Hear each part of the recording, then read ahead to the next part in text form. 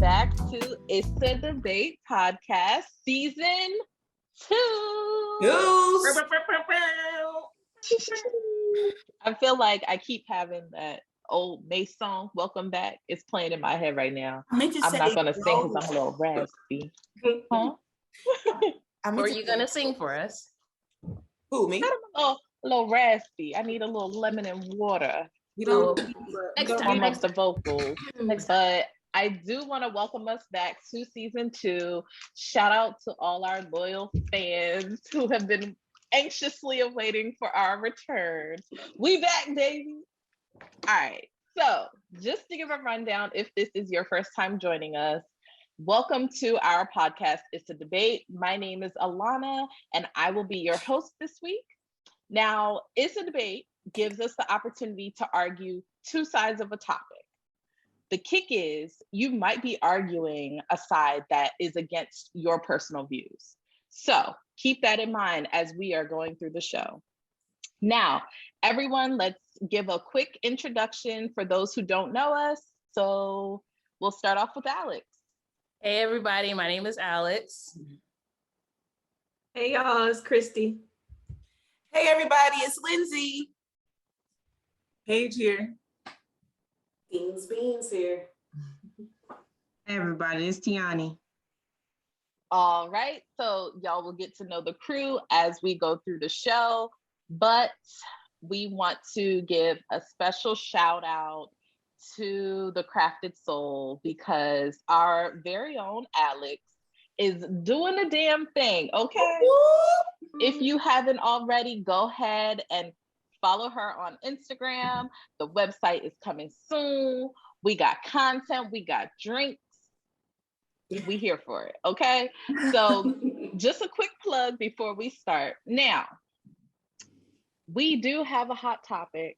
We will not skip. Paige, come on through with the hot topic.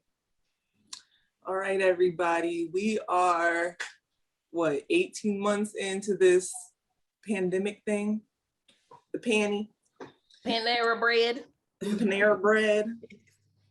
And we just found out that Kyrie Irving will no longer be allowed to play or practice with his team. I don't know what team that is. Very possible that he plays for the Brooklyn Nets. I think that's what it is. I was trying to say it softly, but yeah. We can go with that. Okay. Well, yeah, let's go with that. So what are your guys' thoughts on him not being able to participate due to his vaccine status? Don't care. I can go. I also am completely uninvested in this. I do not care. Howsoever, if everybody but him is vaccinated, I just don't see why he would have to go. Like everybody but him is vaccinated. Why would he have to get vaccinated? Yes, he could get everybody sick. But if he gets someone else sick, then they wouldn't get sick enough to go to the hospital. The only person because that's the whole point of the vaccine, baby. I think you might have missed it. Like the point of the vaccine is not so that you don't get it. It's that when you get it, you don't get it that bad. Okay, so what if I live with somebody who is high risk something? Or what if I live with children who cannot get a vaccine? So now you messing with my household because you're being a dickhead and won't get vaccinated. If that's the case, then you got to talk to the people that you go get your coffee from. That's why he got to go. No, I'm not why do I have to go out of my way? Like if I'm in public, I'm wearing a mask because I'm protecting the people in my household, right? So you the only one on this team who is ready to risk it all because you want to stand. What did he say? He wants to be a voice for the voiceless and not get a vaccine. A lot of foolishness. Like none of it. His body, his choice. Yeah, but that at the end of the day, it is his body, his choice. So my question, Alanna, is: would you allow him to play if he played with a mask on?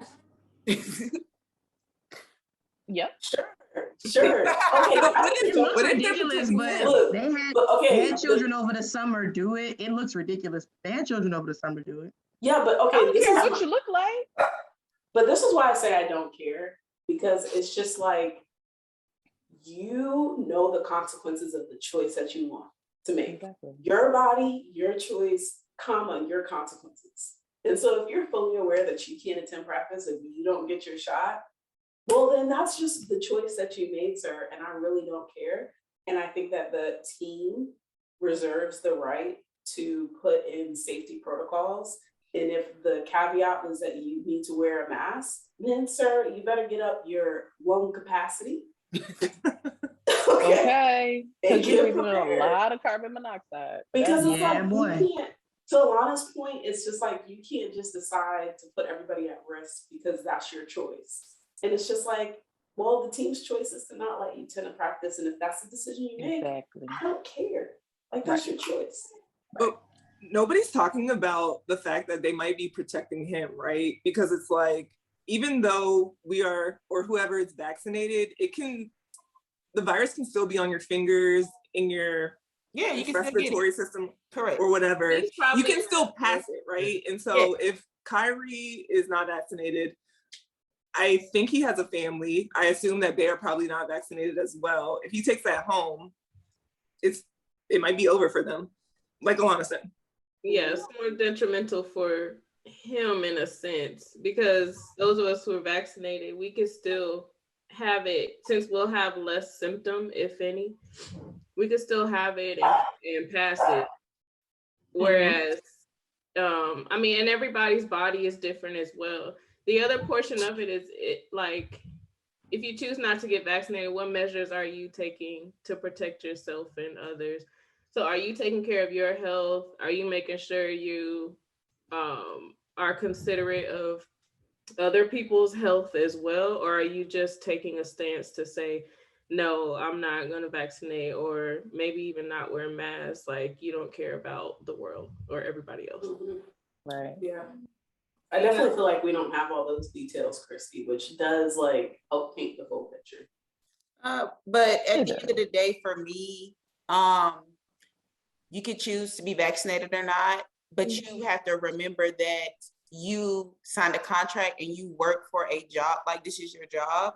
So I feel like if that was mandated for you to get it, then like Tena said, that's the consequence. Like for me, we have to get tested twice a week at my job.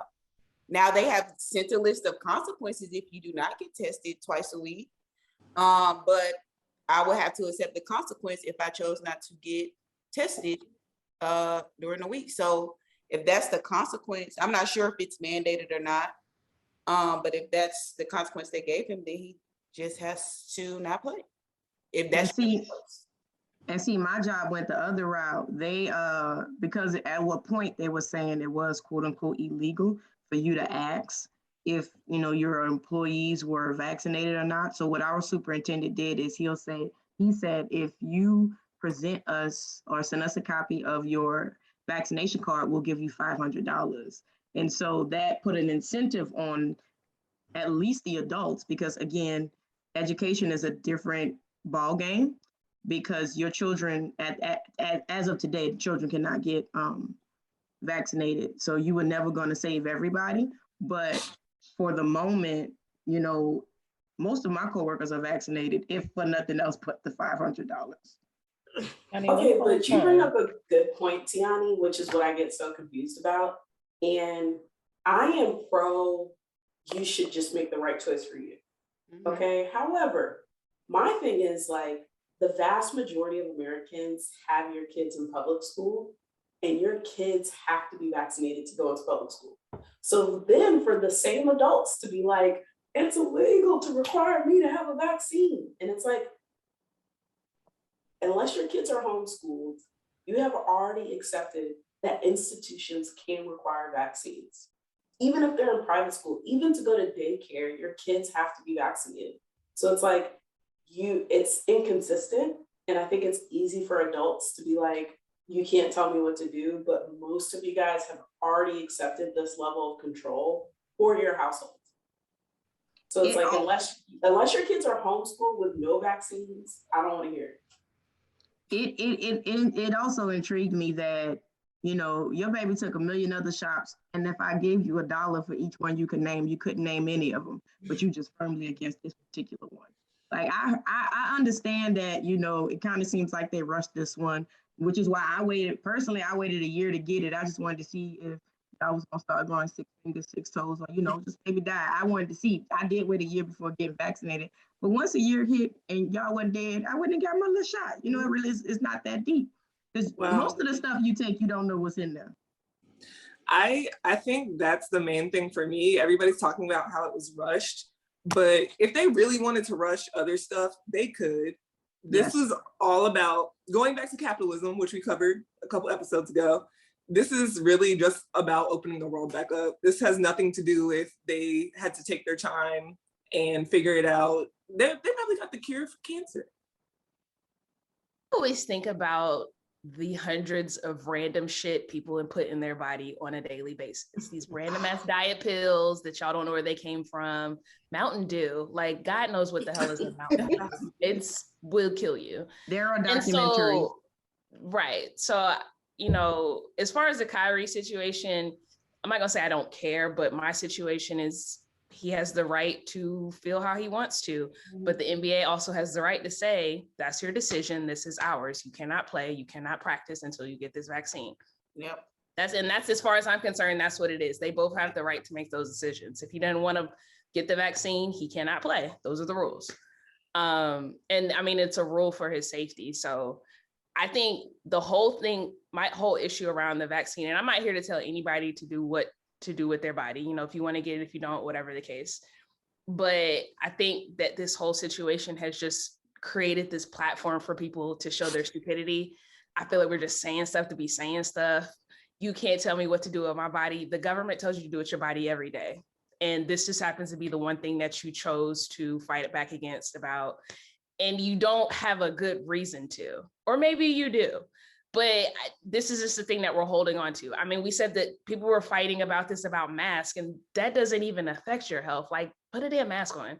So I feel like a lot of people are just wanting something to argue about. And it's annoying. You just want to argue.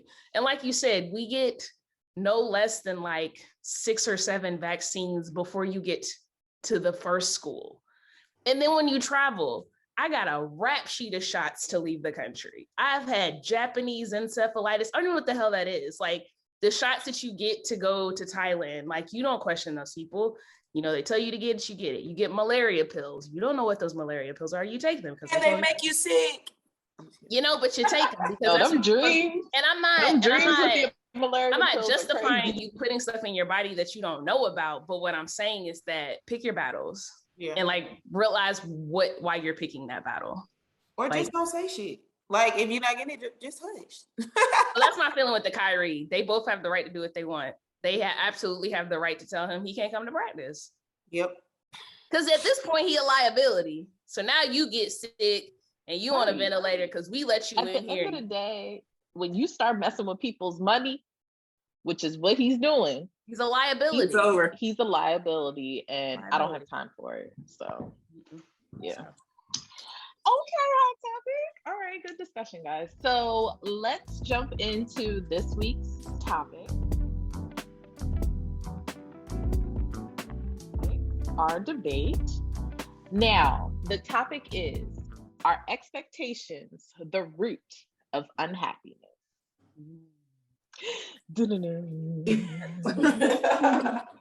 And who's debating this week? Well, I'm getting to that. She's ready. She's excited. I'm so excited to be back. So our debaters are Tena with the affirmative. Yes, expectations are the root of unhappiness. And Kristi on the negative with nah, that is not the root. So we'll go ahead and start with the affirmative. Tena, the floor is yours. Wow, I am so excited to kick us off again. I kicked us off season 1 and now I'm kicking us off season 2. Are expectations the root of happiness, unhappiness, or happiness? Yes. Now, I was originally kind of turned off by this question because I think that the word expectation can sometimes be interpreted like entitlement. And you may feel like, no, I'm not unhappy because I feel entitled to something, entitled to money, entitled to a job status. That's not why I'm unhappy. But I want to just reevaluate like how expectations can affect our experience. I expect to be treated with respect. Nobody owes me that. That is not a law. That is my expectation, that whomever interacts with me is going to interact with me with respect. And when that doesn't happen, I get upset. John and I just went on a business trip. I was gone for 2 days. We don't have rules on how often we have to communicate. But he expected that I would make time for him. If you're dating someone, right? A lot of times you can be unhappy if your expectations are misaligned. I expect you to be there for me. I expect you to communicate. I expect you to not lie to me. I expect you to not gaslight me, right? These are things, your wants, your desires, right? And you can be in the same situation and have different expectations and have different results. So I'll go back to the respect issue. Some people might have different definitions of what respect is. So I think we talked about this before, where someone communicated in a work email, stand down, right? You may have, if your expectation is that you don't communicate with me like that, then you would have been upset if someone says, stand down in a work email. However, if that's not your expectation, if your expectations for respect are lower, like you may or may not be upset with that situation depending on your expectations. Let's go to a raise. A lot of companies froze pay raises last year because of economic situations. My company did. I wasn't upset about it because I expected it. And I was just like, Lord, just thank you for a job. If I don't get a raise this year, I don't care. Like, I'm just happy to be employed. However, I had coworkers who were upset because they expected to still get a cost of living raise. And so that's one way I think that expectations can affect our happiness. The second way, the last thing I'll offer is internal. You okay, Lindsey? Okay. Last way I'll explain is internal. Okay. So I do personal therapy just for maintenance, right? And a lot of the work I do, and I imagine other people do, is being able to accept yourself and accept your circumstances for where they are today. And a lot of your happiness lies in your ability to be content, which is a management of your expectations of who you are and where you are today. I expected to be married by now. I expected to have babies by now. I expected to have this job. I expected to have this business. And when you can reconcile that you can want those things and still be content with who and where you are today, that does lead to a higher level of happiness. So I do think that managing your expectations is critical to your level of happiness. And that's what I got. Well, damn. You came out the gate swinging, sis. I ain't playing today, okay? I see. I see. I have a question real quick. Was that stand down email when I went off in the text thread? Yes. Yes. And it's funny because everyone reacted but you. Right. Paige was like, who?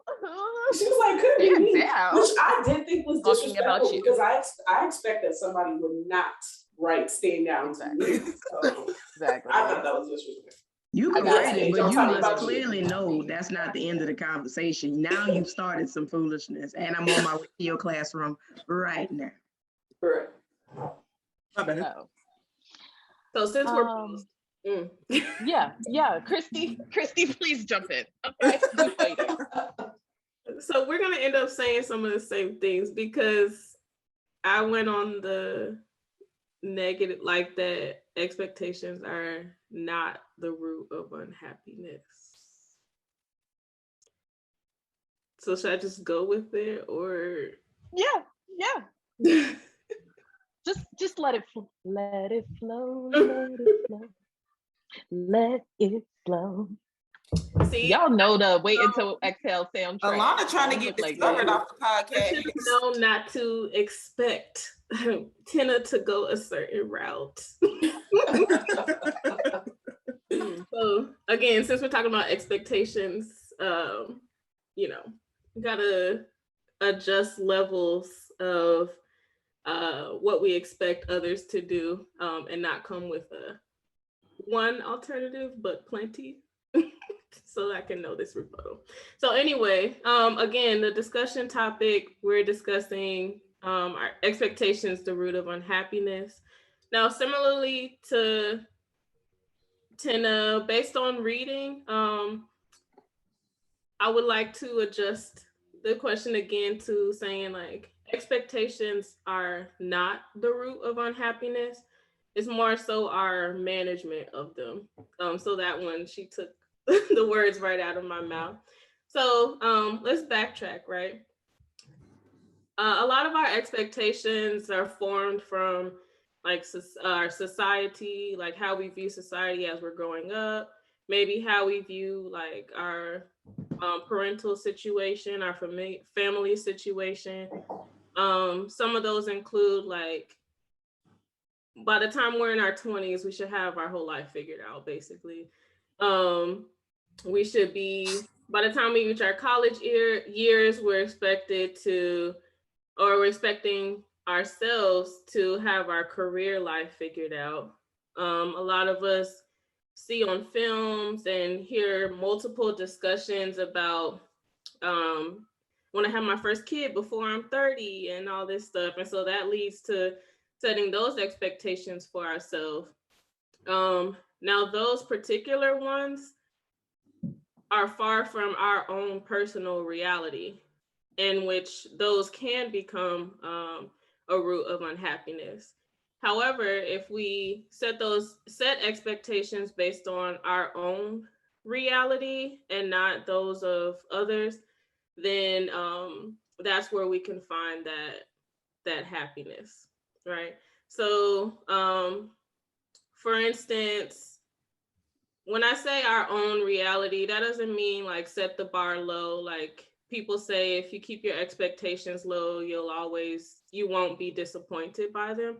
No, because we need a certain level of, we need a certain goal or a set of expectations that are higher than we currently are now, so that we constantly have something that we're striving to attain or reach, and keep that set of joy.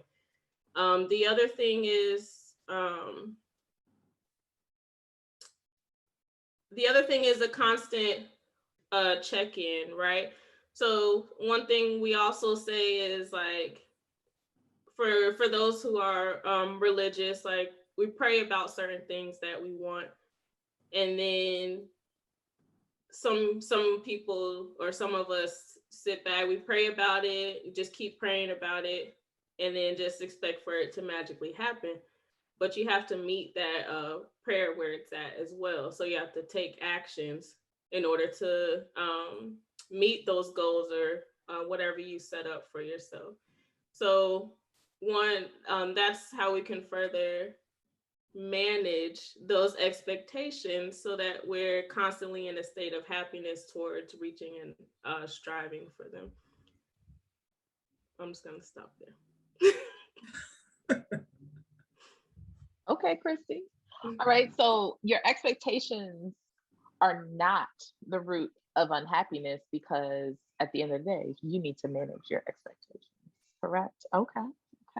So, Tina, what you got to say? Well, Kristi, excellent arguments. And you're basically saying that you can control your expectations, therefore they are not the issue. However, I would like to argue that it's not just your expectations that are the issue. It can also be other people's expectations around you, which you cannot control. Yes. Let me expound. Hit me. When I was pregnant, Mm-hmm. John used to say, "How was your day?" And I was bothered by this because I literally was like, I'm carrying your big-headed baby every single day, and you're not checking on how I'm doing.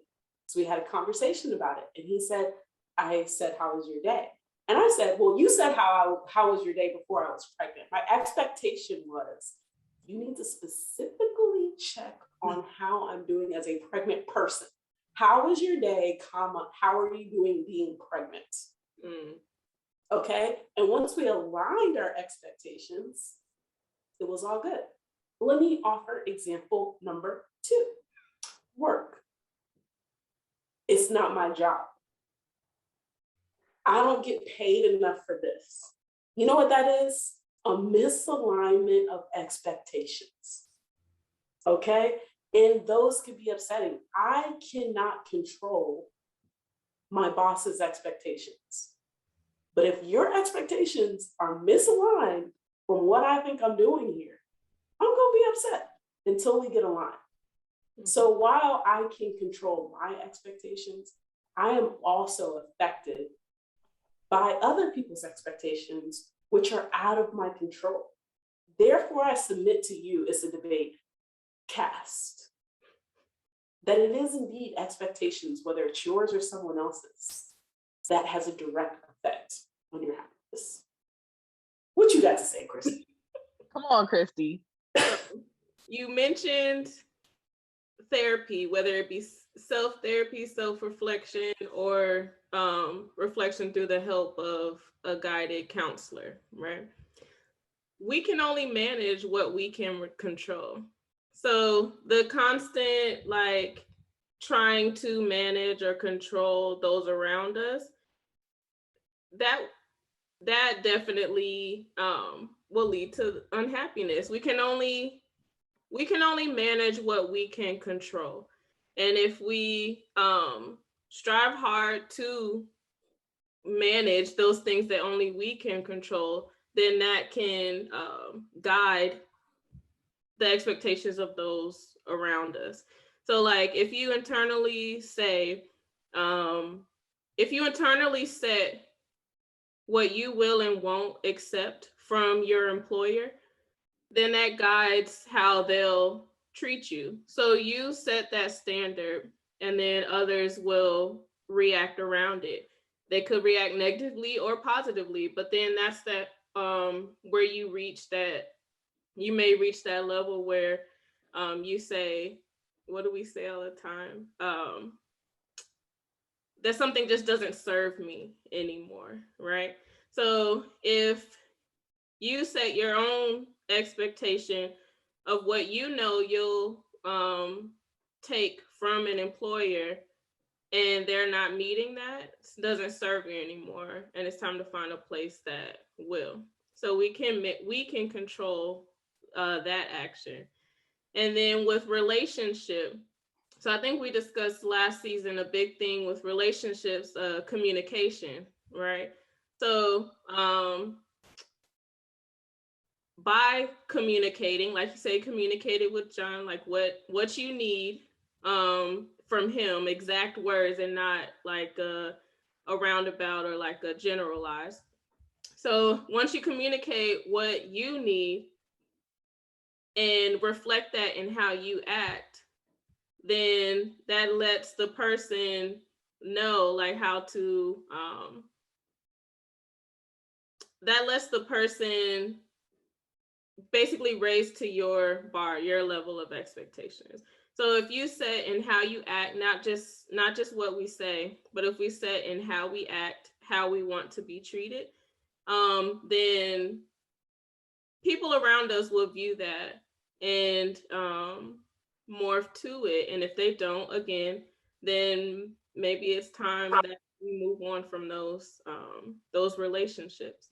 But steady communication, acting acting out how we want to be treated, the levels of respect that we expect, then that forms how others react around us. And then that is how we can control our level of expectations, and as it comes from outward, like you said, our employer and our partner relationships.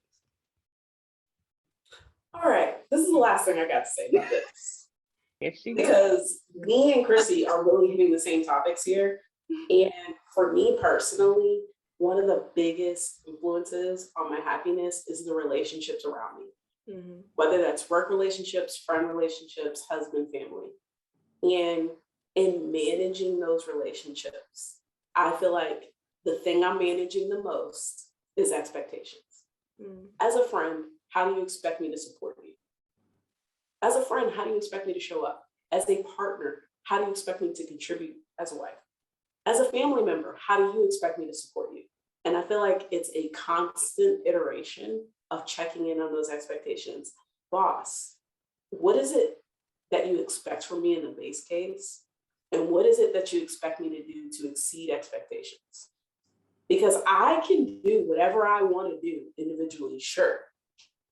But if it is misaligned from the expectations of the person I'm interacting with, then the situation isn't going to be as fruitful as I want. So considering that for me, relationships is really the cornerstone of my happiness, and relationship success depends on understanding, not meaning, but understanding each other's expectations, Mm-hmm. then I'm doubling down on what I already said. And that's that.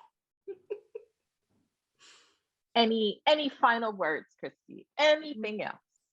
Just so we can focus on what we can control and the expectations we control for ourselves, what we're attaining, and where we expect others to meet us at. So it's a walk the walk, don't just talk the talk type of situation.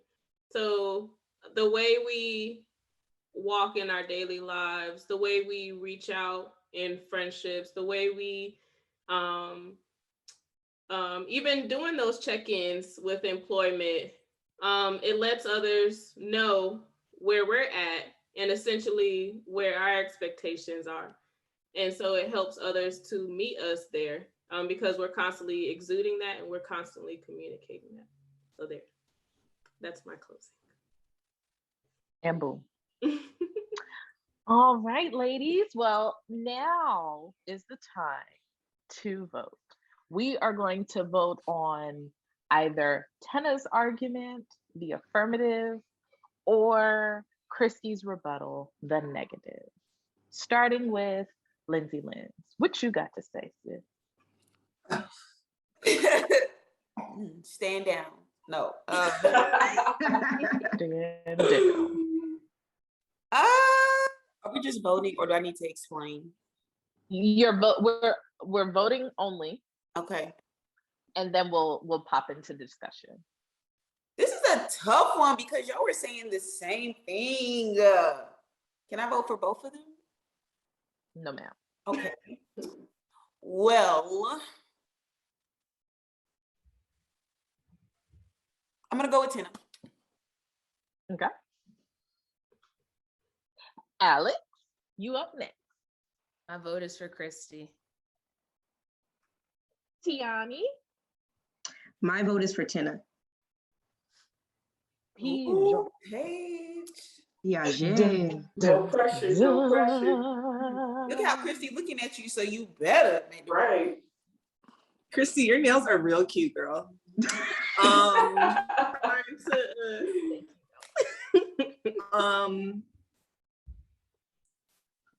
Same thing. It was so hard.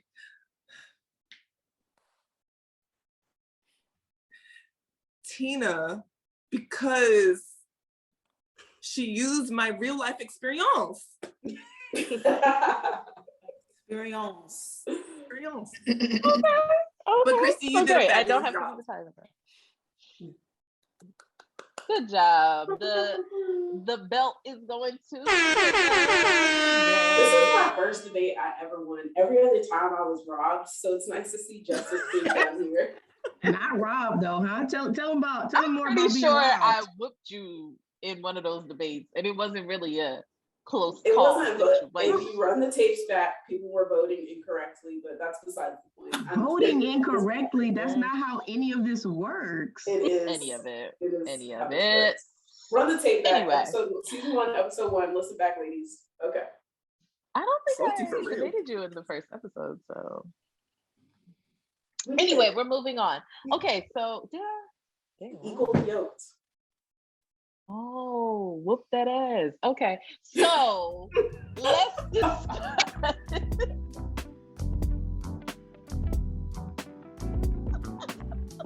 It's the ass whooping for me. Let's discuss Your mama this go get argument you. here. I'm about to say, didn't your mama say I stop cursing? Your mama go get you. The main one. Wow, guys. Oopsie. Wow, I'm a girl. Do we get to say how we really feel, or do we With have the to child. Yeah, I want to discuss.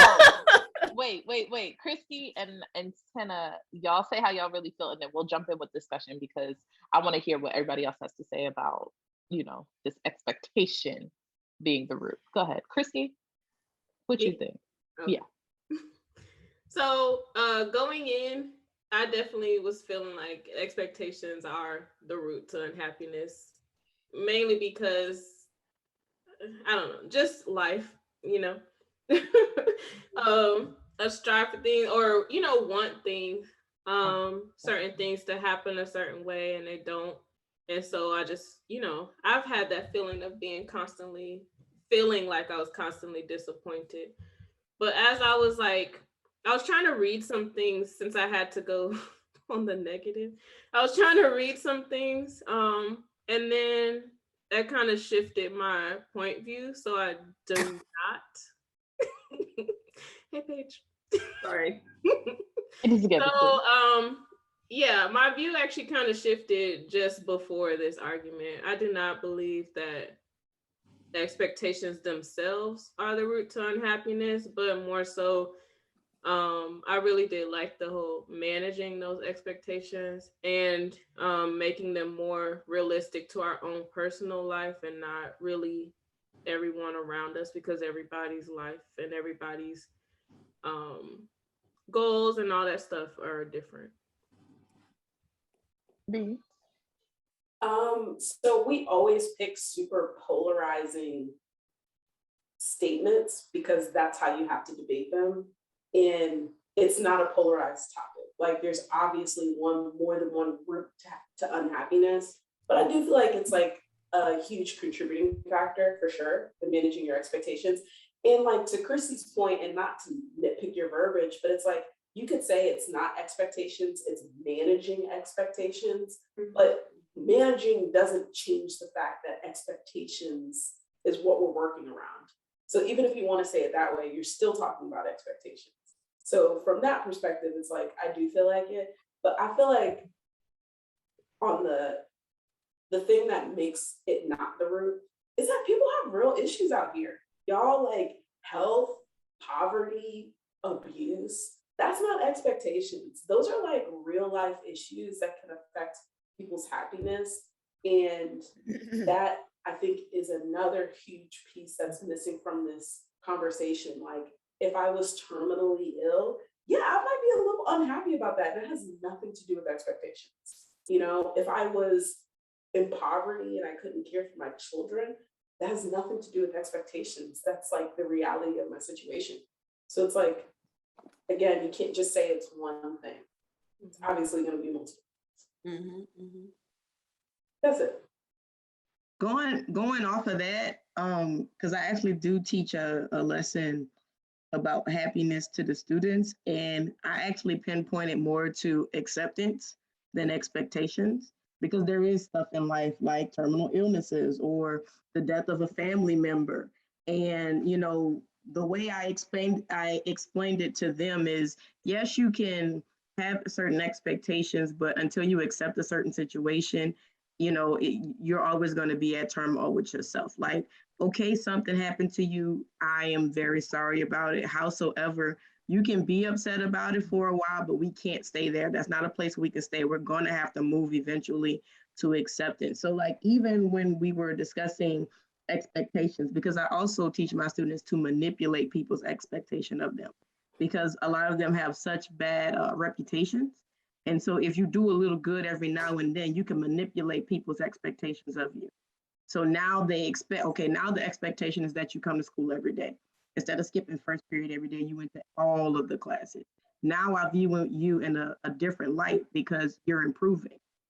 Also, I manage my coworkers and my boss's expectations, because sometimes we like to play this lovely game at work called pass the buck. And there's something that needs to be done, and they just decide that we're going to keep passing it around till it actually gets done. I manage the expectation that we don't ask them for that. You want to know why? Because she's not going to do it. And if she does do it, she's going to mess it up in the best way possible, so that you never, ever, ever, ever, ever, ever ask her to do your work again. So I'm supposed to be teaching math, but what we teach other things. Like I use this thing called Pluchik's Will of Emotions, and acceptance is actually directly related to trust as opposed to happiness and joy. But I connected acceptance more with happiness. And just to go back, when I say manage, that kind of made me think about two things actually. But when I say manage, just like I more mean like readjusting our expectations. So like a lot of ours are formed, like for instance, example, relationship, right? The way our parents grew up is totally different from the relationships that are today, are current in the 2000s. So building an expectation off of how our parents were or were not, it doesn't really work for our current life today. So like readjusting those. And then Tianny made me think of something that I also saw while reading, but like failure. So two things: how do we accept and readjust when we experience failures?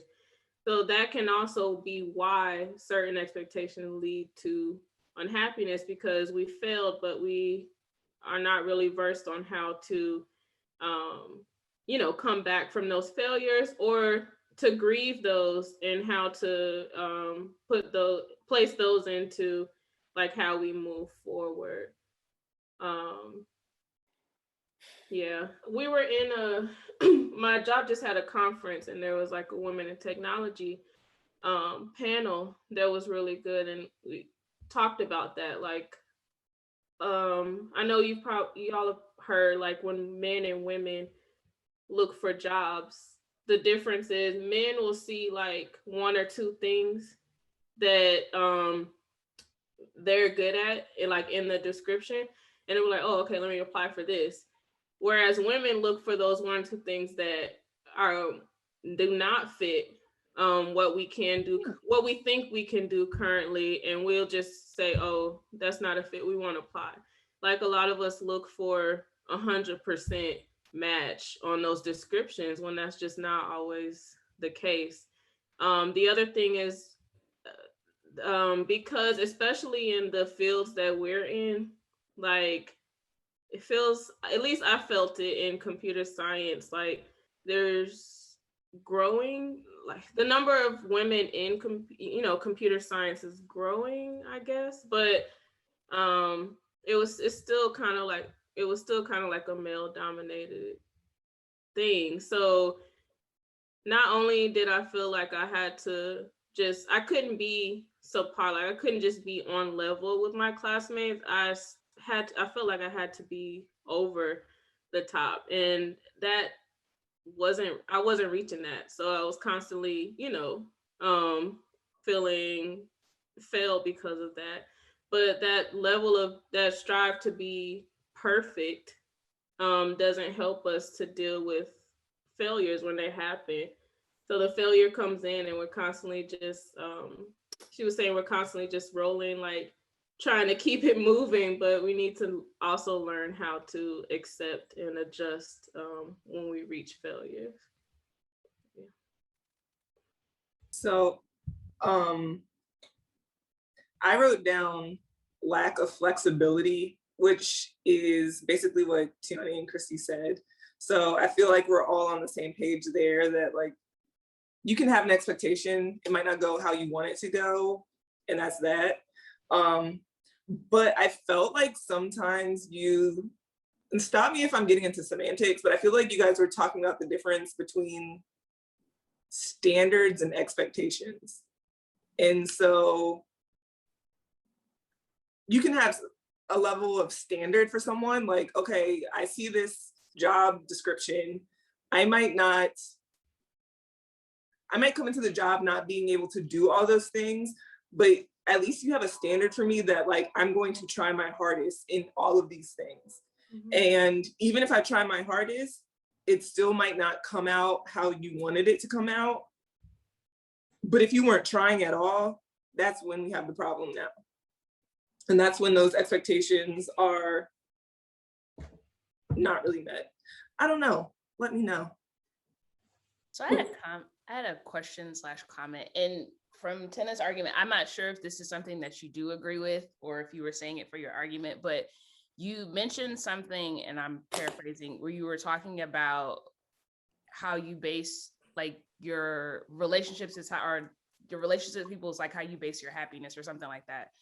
And you were kind of talking about people's expectations of you, like in those, whether it's your friendships, your romantic relationships, your works, the expectations that people have of you and how you get, I guess, meet those expectations.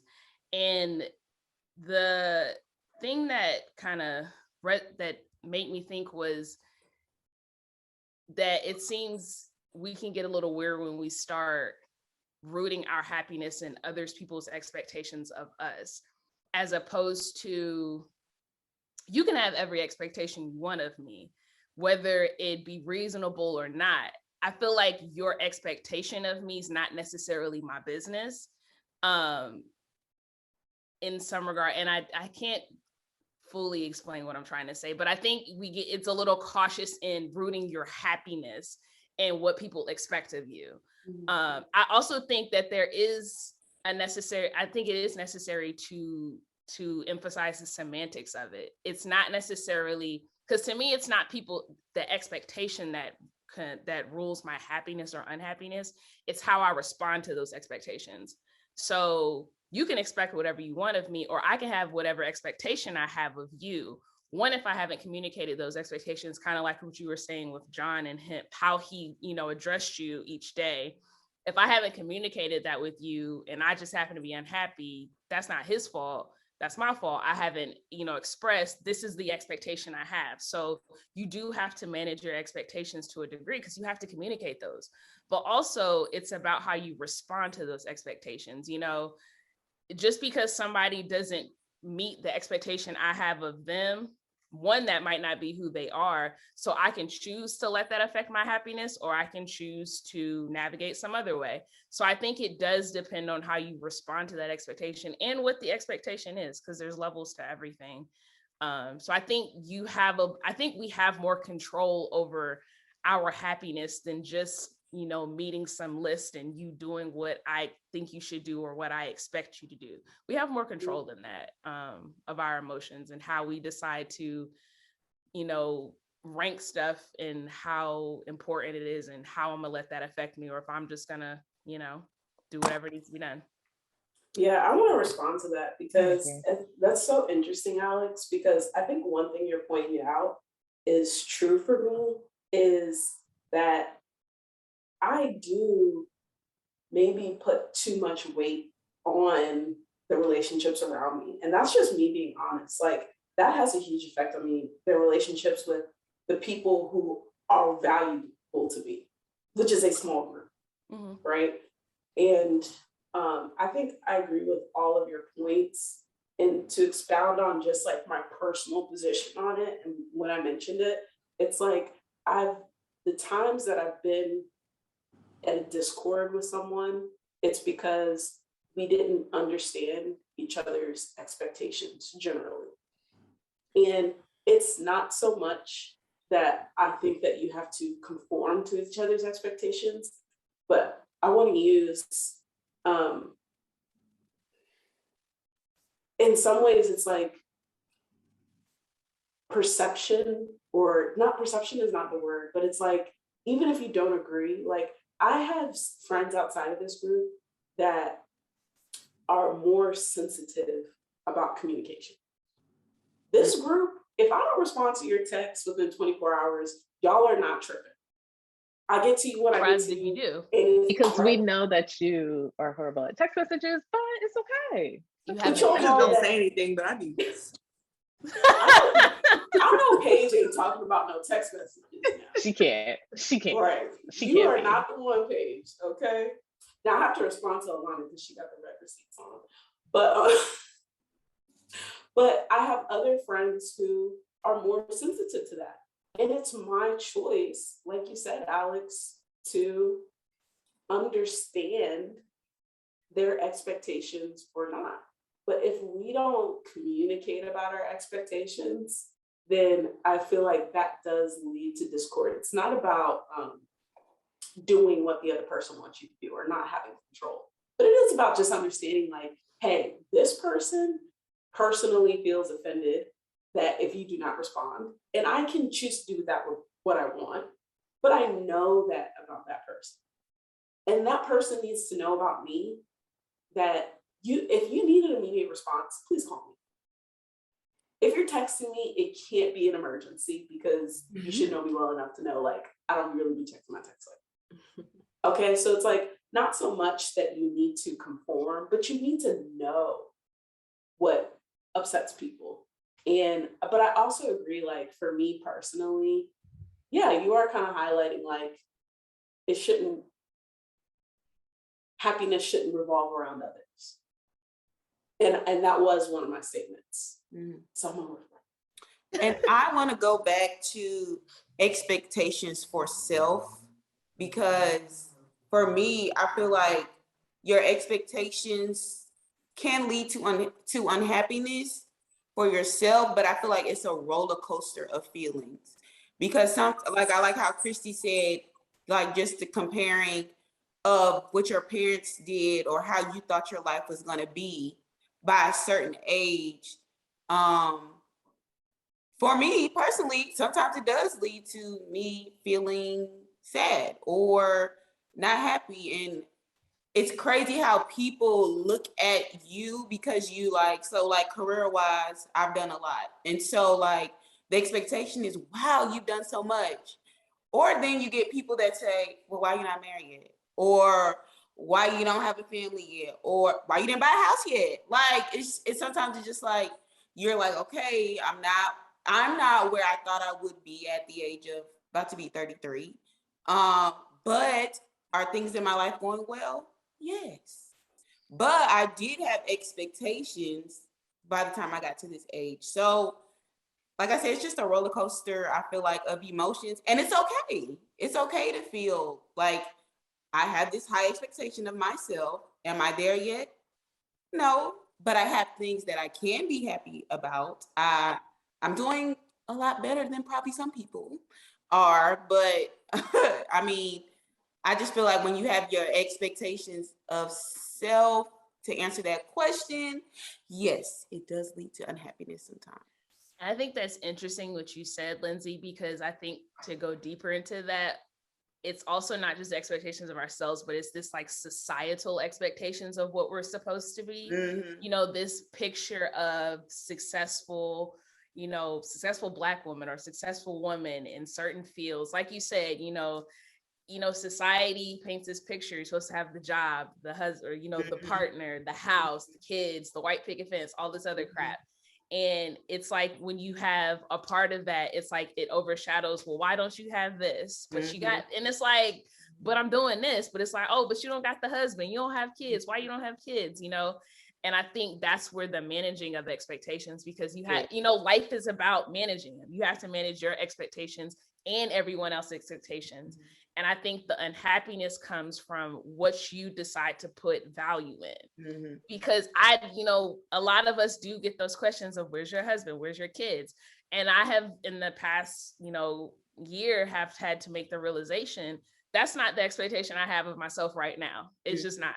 I don't care what you expect of me. That's not what I expect of me. And so I've decided not to put value in what you think I'm supposed to be doing. I'm putting value in what I want to be doing, because I can only control what I do, you know, and what I'm making the strides towards. I can't control what you think I'm supposed to be doing right now. So I think that reminds me that control.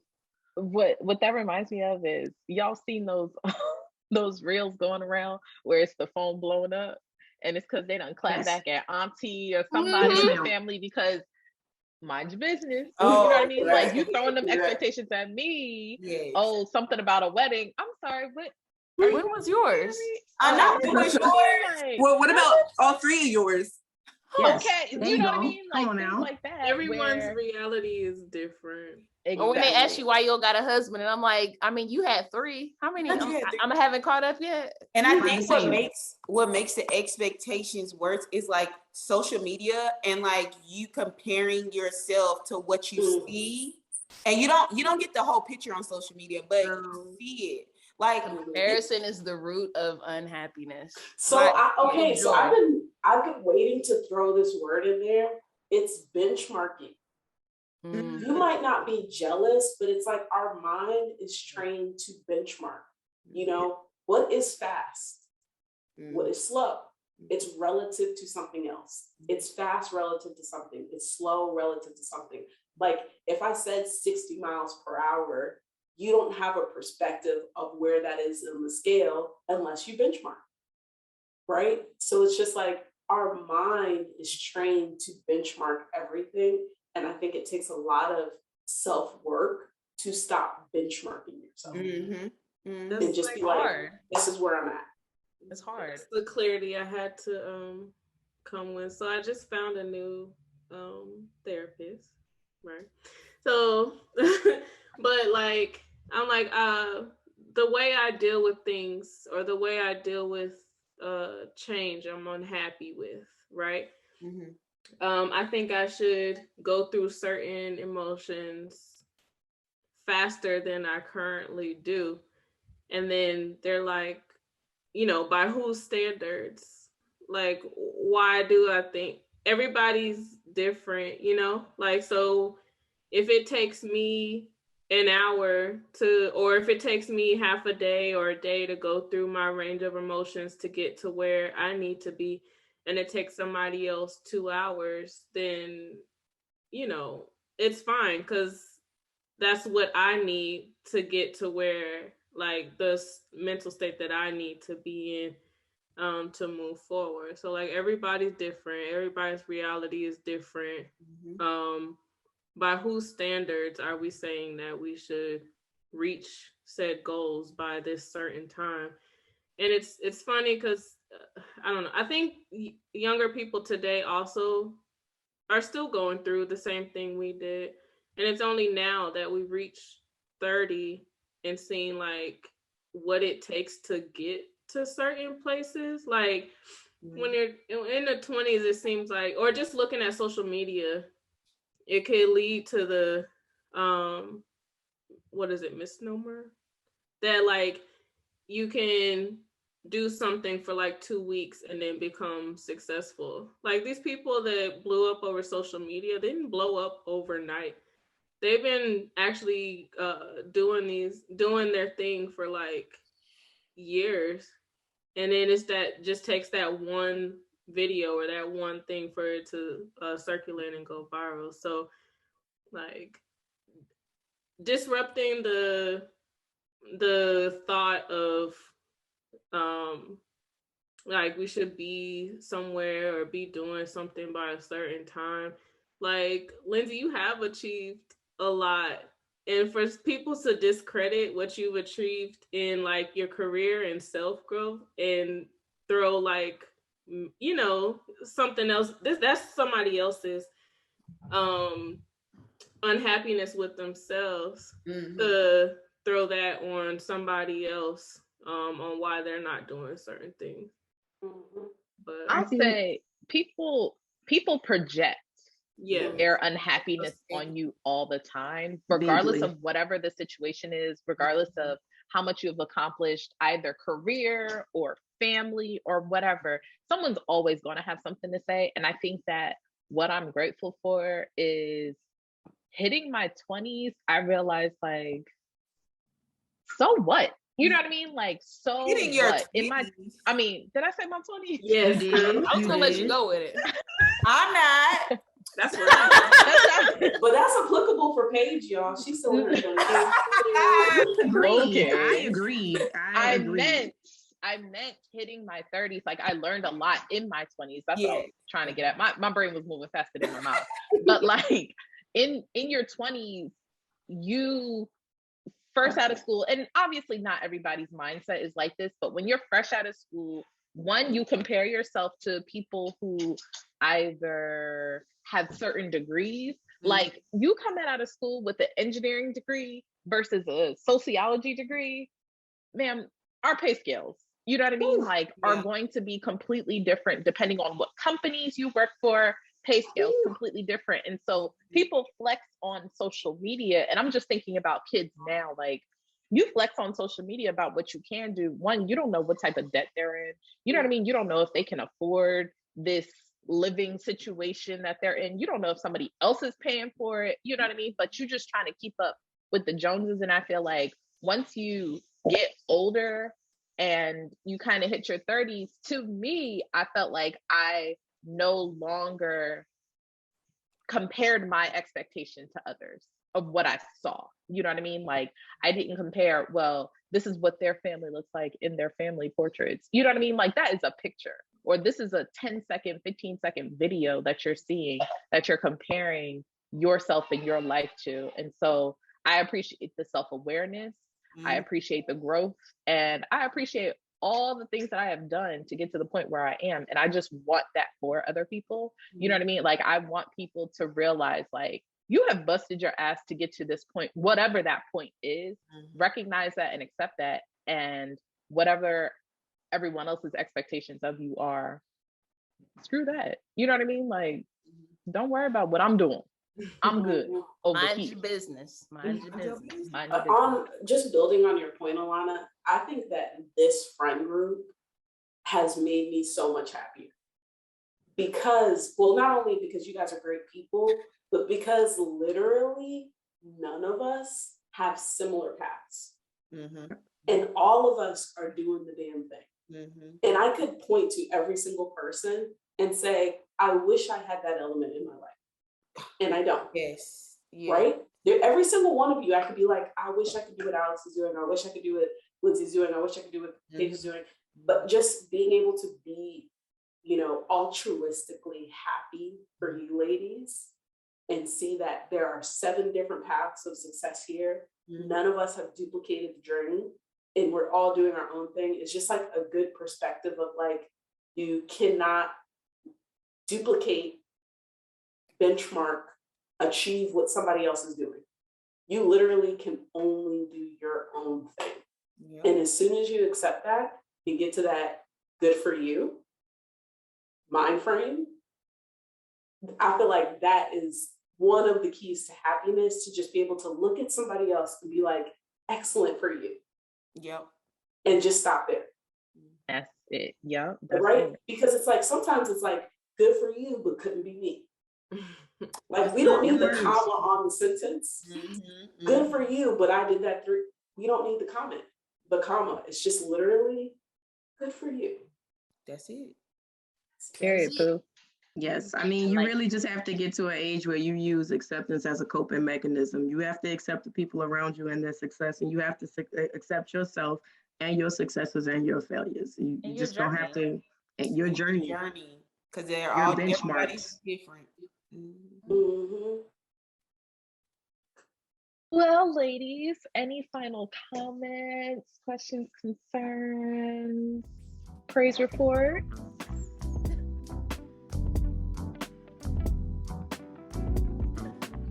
A lot. I was going to say that a lot has happened since our last episode. So I don't know if people want to, like, update our large audience on what you've been doing.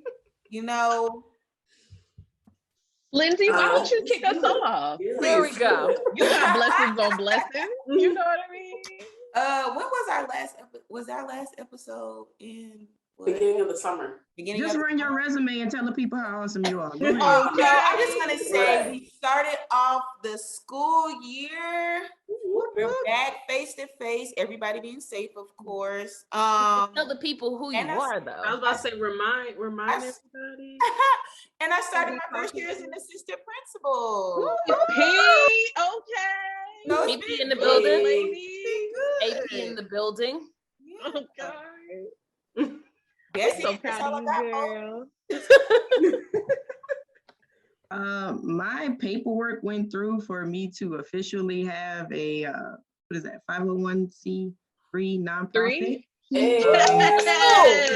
The IRS took 9 long months, but I guess that's how long it takes to birth anyway. But after money, paperwork, and many phone calls, I'm officially a nonprofit, which is one step in the direction of starting my own school. So that's a Amen. thing. Yay. Yes, team, get it. I have relocated. I'm not gonna tell y'all where I live because it's not y'all business. But I have officially finished all of my residencies. I am a certified orthotist, soon to be a certified prosthetist. Come on now. Hey. It's in this damn dream. I love it. And a crafted soul plug. I am currently a semi-finalist for the Uncle Nearest Honor Your Legacy competition. Hey. Come on now. And You know, she claimed manifesting, it. I'm gonna be a finalist. She claimed it. She claimed it. Yup. She gonna win that. It's already there. Reach up and grab it, sis. That video of that part is going to be amazing. Because you all just, We grabbing it, okay? In case you missed it, we grabbed it. Grabbed it. Anyone else? Praise reports, blessing. Yeah, I got a praise report. My praise report is just a happy household. You know, households go through ups and downs, and our house is happy and healthy. And Gloria has 4 teeth, and she's walking. She's got 4 whole teeth, and I really just don't have any complaints. I don't have like any major accomplishments to benchmark, but you know what? We just gonna praise God for the steady and stable. yes. So that's all I can. Little baby out here killing the game. I'm going to have to come see my best friend. Y'all, she walked to the park yesterday. Did you video? It's too much. I did. Y'all, she walked all the way to the park, and we played on the swing for 20 minutes yesterday. So it's just the little blessings in life. Amen. Oh, baby. Rhodes is trying to keep up with Gloria. He said she is not going to be the only one walking by their first birthday. Rhodes is steadily taking steps. Nugget. Hey. My baby needs some shoes so he can, keep his balance. So we working on that. You got to get him white the Put it white on the birthday flat working on list. that. Put it on the birthday list. Send me his shoe size. I need to stop being lazy and get his shoe size. That's why I said we're working on Please it. do. See, that's why I haven't done it him, yet. That's why I didn't get him any butters, because I was like, this sold too hard for his little baby feet. Yeah. See, no, I am gonna find him some butters for his birthday. Go with the theme. Just a look. But He don't fall. I know, because I can barely walk in Tim's. So. Right? It's too hard. Tim's are hard and heavy to walk in, but you got to get the hard sole. You can't get, y'all seen the infant Tim's? He can't walk in those. They just Like smush. that is just to cover your feet. Like that is not to walk. That's in, a baby so. booty. You need Exactly. the old school flat bottom white shoes I'm about with to say, the better get bell the on the white shoestring. Girl, do y'all know them shoes are $40? Oh, I saw them And for 100. Bye baby. It's real disrespectful. And I Oh, how told much my your kids mom, shoes? See, in true auntie fashion, I feel like I be paying too much for baby stuff because I don't know You no do. better. But it's okay. Yes, don't. I definitely paid $40 for a pair of Vans for Grayson. No, ma'am. See, this is what you gotta do. You gotta go no to better. Carter's, aka Oshkosh B'gosh, Oshkosh. and they always have sales. They had buy 3, get them 50% off shoes, and I just literally bought her 3 different sizes. Because the issue is they only fit things for like 2 months. 2 seconds. Right. So it's just like, Exactly. Okay, are we done? We got a little off Yes. topic. Yeah. Wrap us up, Lana. I think Oh, I started sorry, I'm a trying. new, I started my new job. I don't know if I had Yeah. by the time we finish, but started a new job. So steady moving towards what I wanted for my career. Hey, congrats. And I've been putting off, this is just personal, I've been putting off my whole closet organization for like months now, and it's finally underway. Okay. And thanks to IKEA trips, you know what I'm saying? Nice. Small goals, small victories. Man. Did you have anything you wanted to share? No updates. My life is the same. Your hair looks good. She woke up this morning. Thank you. Yes. With a smile on her face. The hair is flourishing. Right. Yeah, it really is. Every time I see her, I feel like, okay, hang on. But anyway, all right, guys, we are wrapping up this episode, season 2. We back. I just wanted to remind you all, please go ahead and hit that like, subscribe button on YouTube. We are here. We are looking for followers because our YouTube channel needs love. So if you are listening to us on Apple Podcasts and Spotify, which we love y'all too, go ahead and follow us on YouTube as well. It's a debate. So much podcast. more fun when you can see us. Yes, that is the point. Like the commentary, we'll sometimes be on mute listening to these debates, and you know, the facial expressions are what takes me out. But we are on Apple, we are on Spotify, we are on YouTube, and we are on Instagram. So go ahead and follow us on all of those platforms, and stay tuned for our next episode. Bye, guys. Peace out.